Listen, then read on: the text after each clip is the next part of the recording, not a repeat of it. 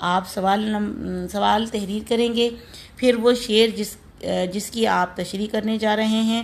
خدایا تو جہاں کا پاسباں ہے، تو انسانوں پہ کتنا مہرباں ہے۔ یہ شعر تحریر کرنے کے بعد پھر آپ کاپی پر آپ کو 3 ہیڈنگ کے نیچے لکھنا ہوگا۔ حوالہ نظم، دوسری ہوگی ہیڈنگ جو آپ لکھیں گے وہ ہے حوالہ شاعر، اور تیسری ہیڈنگ ہوگی تشریح کی۔ حوالہ نظم کے نیچے آپ تحریر کریں گے، یہ شعر ہماری درسی کتاب جو کی حمد تیرا محتاج یہ سارا جہاں سے لیا گیا ہے، اور اس نظم کے اندر اللہ رب العزت کے آقا ہونے، مالک ہونے کا بتلایا گیا ہے۔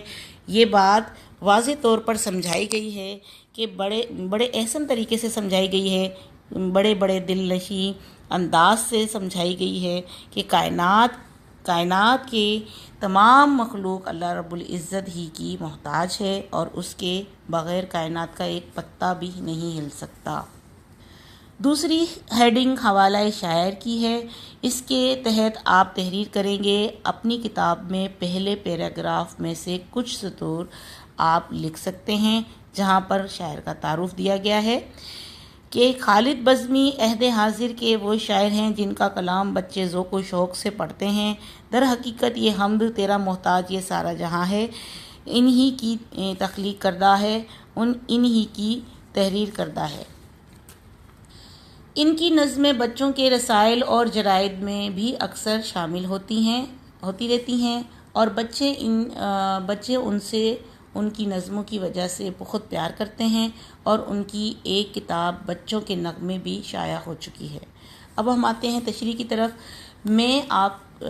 تشریح میں آپ لکھیں گے کہ اس شعر کے اندر شاعر خالد بزمی کہتے ہیں کہ اے اللہ رب العزت، تو پورے جہان کا پاسباں ہے، تو نے ہر چیز پیدا کی ہے، نگہباں ہے، محافظ ہے، لیکن تو نے انسانوں پہ خاص فضل کیا ہے، ان کو اشرف المخلوقات بنا دیا ہے، اور تمام کائنات کی رنگینیاں اور نعمتیں سب کچھ ساری کی ساری آسانیاں صرف انسانوں کے لیے پھیلا دی ہیں، اور انسانوں کے اوپر خصوصی کرم کیا ہے۔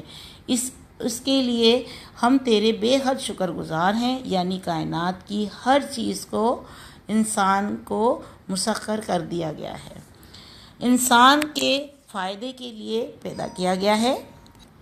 شعر نمبر 3 کو تحریر کریں گے۔ یہ غنچے پھول اور کلیاں تیری ہیں، تیرے باعث شگفتہ گلستاں ہیں۔ اصل میں گلستاں ہے، لیکن ہم یہاں پر توازن برقرار رکھنے کے لیے گلستاں کو گلستاں یہاں پہ ہم پڑھا جا رہا ہے۔ پھر اس شعر کی تشریح آپ کریں گے کہ یہاں پر حوالہ نظم، حوالہ شاعر تحریر کرنے کی ضرورت نہیں ہے، صرف تشریح کی ہیڈنگ دیں گے، اور اس کے نیچے یہ تحریر کریں گے کہ یہ غنچے در حقیقت کلیوں اور پھول کو ہی کہتے ہیں۔ یہ پھول اللہ پاک نے، یعنی یہ تمام چیزوں کی نشاندہی یہاں پر تشبیہ دی جا رہی ہے کہ دنیا کی ساری رنگینیاں، خوبصورتیاں، پھول، کلیاں، خوبصورتیاں جو بھی ہماری آنکھوں کو بھاتی ہیں، چیزیں جو دل کو بھاتی ہیں، وہ ساری کی ساری اللہ رب العزت ہی کی تخلیق کردہ ہیں۔ ہر چیز نے بہرحال اسی ہی کے پاس جانا ہے، لوٹ کر جانا ہے، اور تیرے باعث شگفتہ گلستان یعنی کہ یہ پورے کا پورا باغ جو اللہ تعالیٰ نے خوبصورتی سے سجایا ہے اس جہان کو، یہ سارے کا سارا تر و تازہ چلتا پھرتا ہے، اور ہر چیز اس میں جو سانس لینے والی سانس لے رہی ہے، جو کام کرنے والی کام کر رہی ہے، ہر چیز صرف اور صرف اللہ تعالیٰ کے حکم کی محتاج ہے، اور اس ہی کے باعث کر رہی ہے۔ ورنہ با الفاظ دیگر ہم یہ کہہ سکتے ہیں کہ اللہ تعالیٰ کی رضا کے بغیر یہ سب کچھ چلنا محال ہے، ناممکن ہے۔ اگلے سوال نمبر 5، اگلا جو سوال ہے ہمارا سوال نمبر 5 ہے، اللہ تعالیٰ کی تعریف میں کوئی شعر کہنے کی کوشش کیجئے، ساتھیوں سے مشورہ کر کے یا شعر لکھ کر اصلاح کے لیے استاد محترم کو بھی دکھائیے۔ تو آپ خود کوشش کریں گے، آپ اپنے والدین کو بھی کی بھی مدد لے سکتے ہیں۔ میں نے بیٹھے بیٹھے میں تو اکثر شعر لکھتی رہتی ہوں، تو میں نے یہ ایک شعر لکھا ہے، آپ کے لیے پیش کر دیتی ہوں۔ ابھی جو میں نے تخلیق کیا ہے، یہ دنیا کی ہنسی دولت تیرے آگے نہیں کچھ بھی، یہ دنیا کی ہنسی دولت تیرے آگے نہیں کچھ بھی، کہ تو ہم دو ثنا کا مطلق العنان لائق ہے۔ تو بچوں، یہ ابھی آپ کو سمجھانے کے غرض سے بالکل جلدی سے میں نے یہ شعر تحریر کیا ہے، جو اللہ کی در حقیقت حمد و ثنا سے متعلق ہے۔ اس کے علاوہ بھی میں نے 2 شعر تحریر کیے ہیں، آئیے اس کو آپ سنیے۔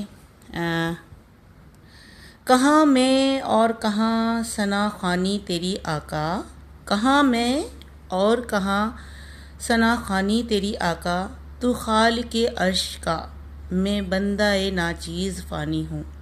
اور تیسرا شعر جو میں نے لکھا ہے، ہدایت یافتہ کر دے مصیبت سے بری کر دے، ہدایت یافتہ کر دے مصیبت سے بری کر دے، میرے مولا مجھے میری خدمت قبول اولی کر دے۔ عزیز طلبہ، شعر کے اندر آپ کو اللہ کی تعریف کے بارے میں کہا گیا ہے، تو اس کے مطابق جو میں نے پہلا شعر تحریر کیا ہے، اس میں اللہ رب العزت کی حمد و ثنا کا ذکر ہے، تو آپ بھی حمد و ثنا سے متعلق شعر تحریر کریں گے۔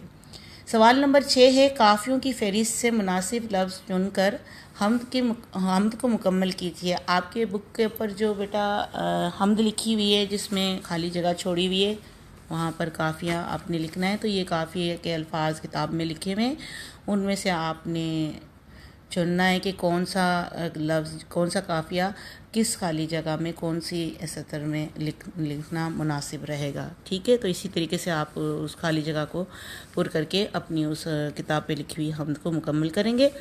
اب سوال نمبر 7 جو ہے اس کا ہے کہ لفظوں کا کھیل، یقیناً اس کو آپ والدین کے ساتھ اور اس کو کرتے ہوئے یقیناً دلچسپی کا مظاہرہ کریں گے، خوب لطف اندوز ہوں گے۔ اس کو آپ نے کتاب پر ہی آپ کریں گے، اس کو بھی حل کرنا ہے، کتاب کے اوپر ہی ہوگا یہ بھی۔ اس نظم کے بعد جو آخری جو آپ کا سوال ہے، سوال نمبر 8 ہے، صفحہ نمبر 4 پر، کہ اس نظم کے تیسرے شعر کی تصویری منظر کشی آپ اپنی کاپی پر کریں، یعنی کہ ہم دیکھتے ہیں اس کو کہ تیسرا شعر کون سا ہے۔ ہاں جی ہاں، یہ وہی شعر ہے جس کی ہم نے ابھی تشریح بھی لکھی، بیان کی۔ تو یہاں پر غنچے پھول اور کلیاں، یعنی آپ کو یہاں پر آپ جو ہے باغ بنانا ہوگا، گلستان بنانا ہوگا، اور باغ کی تصویر اپنی کاپی میں خوبصورت رنگوں کے ساتھ اچھے رنگ بھر کے وہ آپ نے بنانا ہوگی، اپنی کاپی پر منظر کشی کرنی ہوگی تیسرے شعر کی۔ پیارے بچوں، آپ کا کام جو ہے انتہائی خوش خط ہونا چاہیے، بڑے خوبصورت لکھا ہوا ہونا چاہیے۔ آپ کا گھر کا کام یہ ہے کہ حمد کے مشقی سوالات کے جوابات، جس کی ابھی آپ کو رہنمائی فرمائی گئی ہے، اس کے عین مطابق مشقی سوالات کے جوابات خوش خط کے انداز میں آپ نے تحریر کرنے ہوں گے۔ اس کے بعد آپ کا جو واٹس ایپ کا جو کلاس کا گروپ ہے، آپ کی کلاس کا، اس میں آپ بھیجیں گے، تاکہ اس میں مزید کوئی اصلاح کی گنجائش ہو یا کہ کوئی اغلاط ہوں یا غلطیاں ہوں، تو میں اس کو درست کر سکوں، آپ کی مزید رہنمائی فرما سکوں۔ اب آپ سے اجازت دیجیے، آج کے لیے اتنا ہی کافی ہے۔ یہاں پر آپ کی مکمل حمد جو ہے وہ پوری ہو گئی ہے۔ آپ کو میں نے حمد کی بلند خوانی، الفاظ، معنی، اس کا املا اور اس کے جو سرگرمیاں ہیں، مشکل سوالات کے جو بھی جوابات ہیں، سب لکھنا سکھائے۔ امید ہے آپ کو سمجھ میں آ گئے ہوں گے۔ اپنا بہت سارا خیال رکھیے گا. انشاءاللہ اگلے سبق کے ساتھ بہت جلد حاضر ہوں گی. تب تک کے لیے اللہ حافظ.